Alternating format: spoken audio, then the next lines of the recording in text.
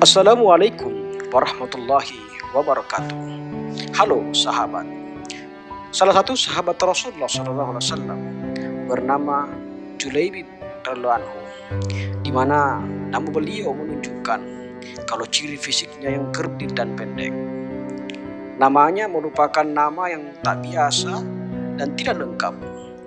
Nama ini bukan ia sendiri yang menghendaki, bukan pula orang tuanya. Julaibib hadir ke dunia tanpa mengetahui siapa ayah dan ibunya. Warga sekitar tidak tahu dan tidak mau tahu tentang nasabnya. Bagi masyarakat di Yastrib, Madinah, tidak bernasab dan tidak bersuku merupakan aib besar. Tampilan fisik dan keseharian Julaibib yang lusuh menjadi alasan orang lain tidak mau dekat dengannya.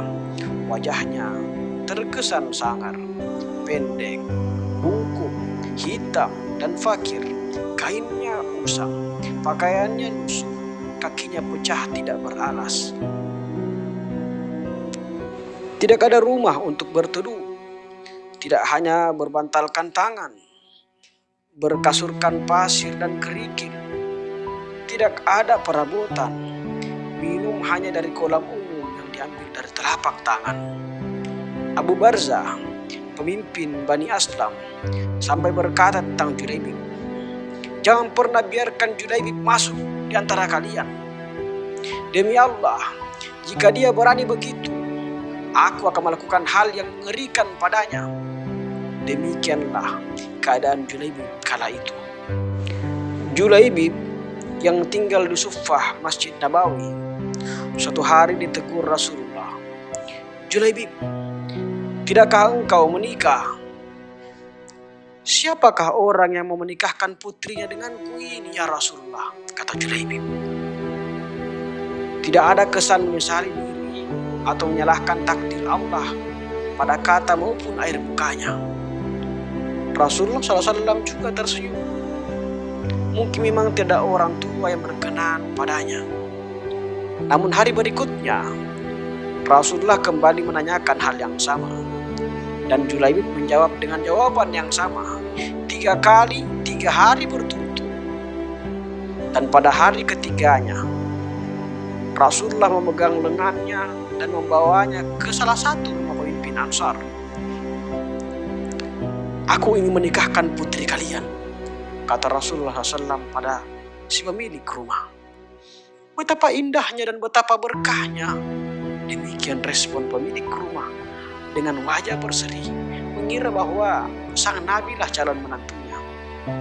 "Oh ya Rasulullah, ini sungguh akan menjadi cahaya yang menyingkirkan temaram di rumah kami." "Tetapi bukan untukku," kata Rasulullah.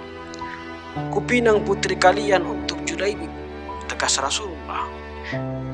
"Julaibib?" Nyaris terpekik ayah sang gadis. "Ya, untuk Julaibib," kata Nabi. "Ya Rasulullah, saya harus meminta pertimbangan istri saya tentang hal ini," kata ayah sang gadis. Dengan Julaibib, istrinya menjawab, "Bagaimana bisa? Julaibib berwajah lusuh, tidak bernasab, tidak berkabilah, tidak berpangkat, dan tidak berharta. Demi Allah, tidak. Tidak akan pernah putri kita menikah dengan Julaibib." Perdebatan itu tidak berlangsung lama. Dari balik tirai, sang putri berujar, "Siapa yang meminta?" tanya sang anak. Sang ayah dan sang ibu pun menjelaskan, "Apakah kalian hendak menolak permintaan Rasulullah? Demi Allah, kirim aku padanya. Dan demi Allah, karena Rasulullah SAW yang meminta, maka tiada akan membawa kehancuran dan kerugian bagiku," kata sang gadis sembari membaca ayat Quran surah Al-Ahzab ayat 36. Dan Nabi dengan tertunduk berdoa untuk sang gadis solihah itu, "Ya Allah, limpahkanlah kebaikan atasnya dan kelimpahan yang penuh berkah. Jangan kau jadikan hidupnya payah dan bermasalah." Demikian doa indah Rasulullah SAW. Maka benarlah doa Nabi SAW. Tak lama kemudian Allah karuniakan jalan keluar baginya, kebersamaan di dunia umurnya ternyata tidak ditakdirkan terlalu lama. Meski di dunia sang istri soleha dan bertakwa, tapi bidadari telah terlampau lama merindukannya di surga.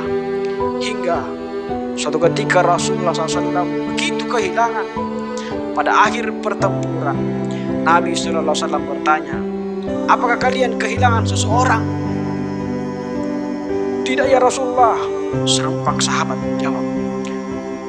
Sepertinya Julaibib memang tidak berarti di kalangan mereka. Rasulullah menghela napasnya. Tetapi aku kehilangan Julaibib, kata beliau. Para sahabat tersadar dan segera mencari Julaibib. Maka Julaibib yang mulia pun ditemukan. Ia terbunuh dengan luka di sekujur tubuh dan wajahnya. Di sekitar jasadnya ada 7 jasad musuh yang telah terbunuh. Rasulullah dengan tangannya sendiri menggafani Julaibib. Beliau menyalatkannya dan berdoa, ya Allah, dia adalah bagian dari dirimu dan aku adalah bagian dari dirinya.